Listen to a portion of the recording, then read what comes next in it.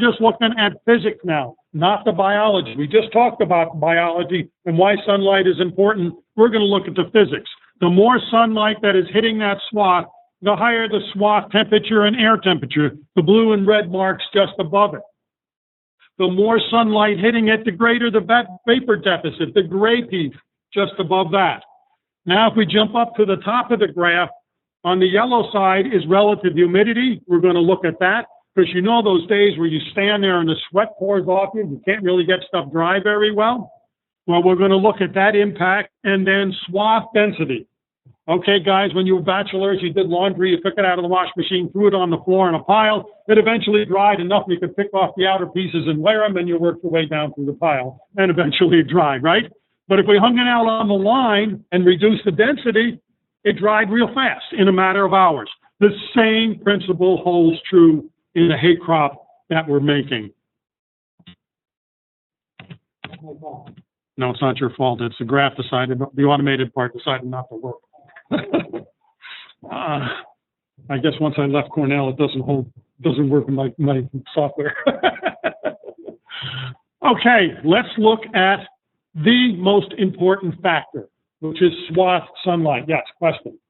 Getting back to the printing. Mm-hmm. What about the balers that have knives? Balers that have knives? Round balers that have knives.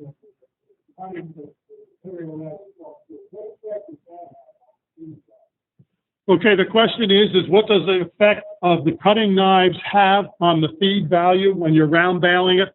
What goes in the front of the machine goes out the back of the machine, and unless you're losing leaves, which if you have it over dried because it's too wet in the middle and too dry on the outside and shatters leaves, unless if it's not losing leaves, it's not changing feed value. But what those knives do is allow you to make a tighter bale, and because you have a tighter bale, they find that the bales ferment a whole lot faster and go to a lower pH, and they have better dry matter. This was a beef study, but they had better dry matter intake feeding processed bales than the ones that were not processed. So there is real advantages using the knife. But whatever goes in the front of the machine should stay in the machine in terms of feed quality though. So if we're looking at swath sunlight and we put it into a wide swath versus a narrow swath, and I want to point out here, this was not done with real fancy equipment. This was done on everyday farms with whatever equipment we had on the farm. That's the way I do 99% of my work. By putting it out into a wide swath, we have 3 times more sunlight, 3 times more of the most important factor to accelerate drying. And the only thing we did is we laid it out into a wide swath rather than a narrow swath. Now, if we're looking at relative humidity in here, swath air temperature and the temperature of the swath itself, the red line was a narrow swath. The green line was the wide swath. Same day, same field, within 9 feet of each other.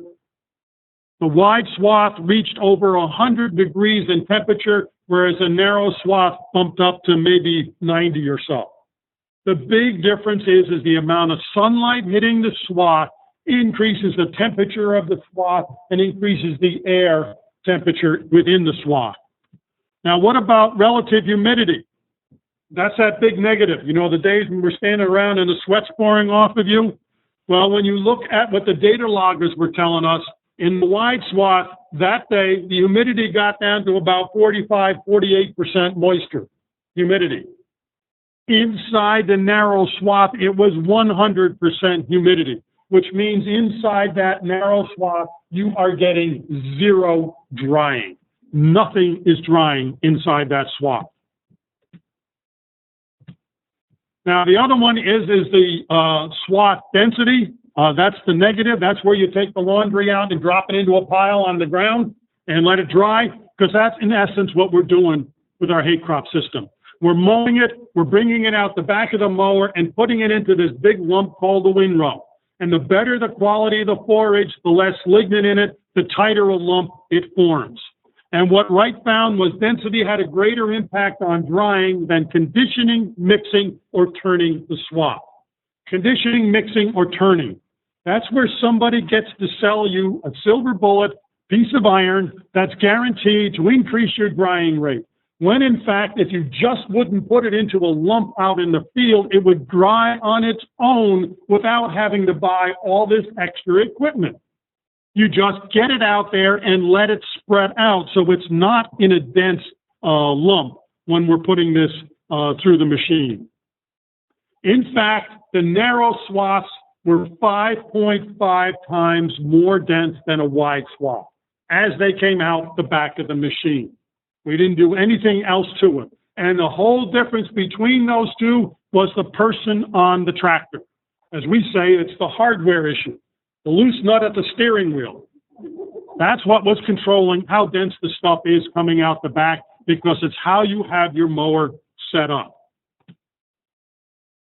And when you take all these pieces together, all the physics, etc., that we were just talking about, you're looking at reducing drying 10 to 100-fold. On top of that, there's no sunlight. The stomata shut down. You just shut down the best system you have for pulling moisture out of this crop when you're trying to make silage, simply because you put it into the shade. So in my work, when we were doing this, we did wide, we did narrow. Actually, one of those farm pictures I showed you is where this data is from.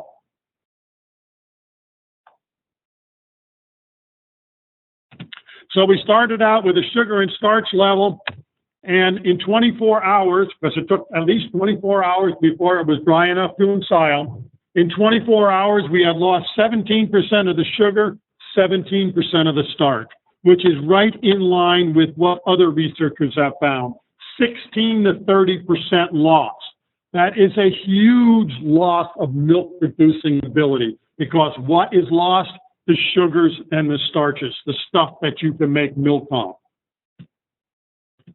Now, when we put it into a wide swath, so we could dry it the same day, there's a little change in sugar, but that comes back to this gentleman's question, what about the change over time, where the first numbers bumped up the first day? Well, in our study, we increased the starch, which is a concentrated energy, 4%. Did I cheat? No. Let's go back to the biology. The plant is laid out into the sunshine. It's photosynthesizing. It's producing sugars and starches. It wants to move it to the roots, but it's not attached to the roots. So what does it do? It piles up in the plant. So instead of having respiration removing stuff and keep on decreasing the feed value of the feed you're trying to make, you are increasing the feed value of what you are making because it is laid out wide, because it is in the sunshine. You are increasing the feed value.